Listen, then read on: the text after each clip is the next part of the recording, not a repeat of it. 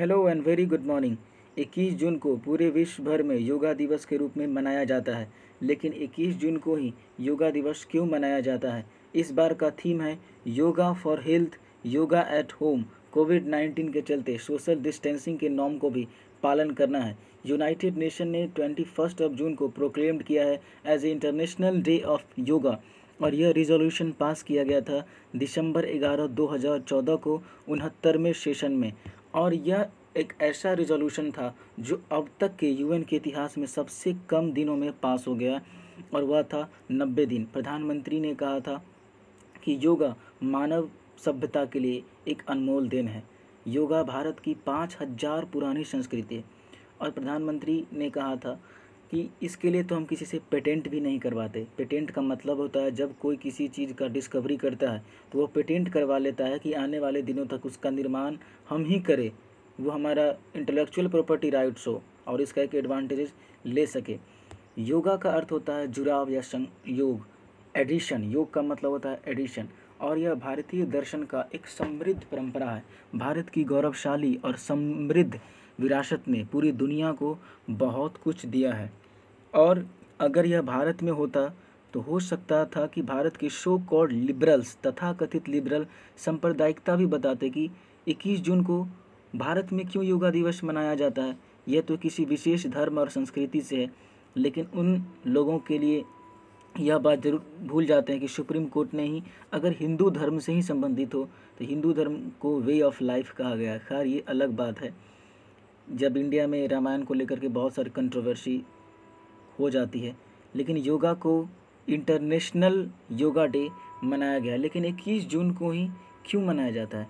21 जून उत्तरी गोलार्ध में, नॉर्दर्न हेमिस्फीयर में सबसे बड़ा दिन होता है, और यह एक ट्रांजिशन फेज है, संक्रमण काल है। यानी कि यह जो दिन है किसी नई शुरुआत के लिए बहुत अच्छी चीज़ होती है। जैसे 21 जून नॉर्दर्न हेमिस्फीयर में सबसे बड़ा दिन होता है, और योगा भी मनुष्य के जीवन को दीर्घायु करता है। एक तो ये कनेक्टिविटी हो गई, दूसरी है कि ये ट्रांजिशन फेज है, एक संक्रमण काल है। उस दिन सूर्य दक्षिणायन हो जाता है, और यह दिन आध्यात्मिक सिद्धियों को प्राप्त करने के लिए एक बेहतर दिन माना जाता है।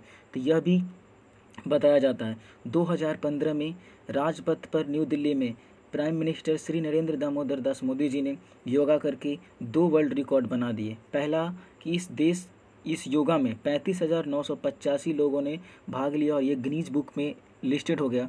और दूसरा, कहीं कहीं 44 भी आता है और कहीं कहीं 84 भी, कि इस योग में 84 देशों के 84 देशों के नेशनलिस्ट ने पार्टिसिपेट किया था। ये सोर्स लिया गया इंडियन एक्सप्रेस से, और ये इन्होंने लिया है यूनाइटेड नेशन के वेबसाइट पर, ऐसे ही पूरा लिखा हुआ है। मिनिस्ट्री ऑफ आयुष भी योगा के नियमों को लेकर के कई बातें बताता है कि योगा जो है एक हार्मोनी, मन को शांति प्रदान करता है, जुड़ाव होता है। योग का मतलब होता है जुड़ाव। किस चीज़ का जुड़ाव? आत्मा, चित्त और जड़ का। जो शरीर है वो जड़ है, मैटर है। जो आत्मा है वो कंश चेतन है, उसकी प्रकृति है चेतना। चेतना से जड़ का जुड़ाव है।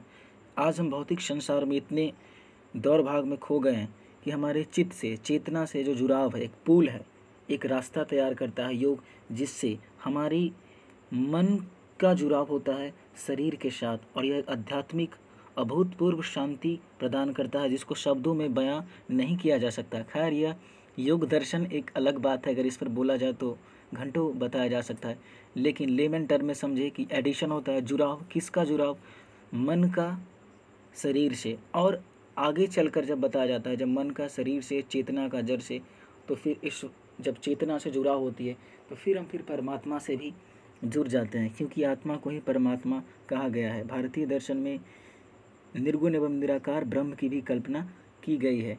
तो ये मन को शांति प्रदान तो करता है, जीवन को भी दीर्घायु बनाता है, और बहुत सारी बीमारियों से दूर रखता है। और जब पूरी दुनिया कोविड-19 से लड़ रहा हो, ऐसे में योगा बिना किसी पैसे, वैक्सीन और ड्रग के शरीर की इम्यूनिटी को काफ़ी हद तक बढ़ा देता है। तो ये कारण थे कि 21 जून को ही योगा दिवस मनाया जाता है। Thank you very much for watching and listening. Thank you very much.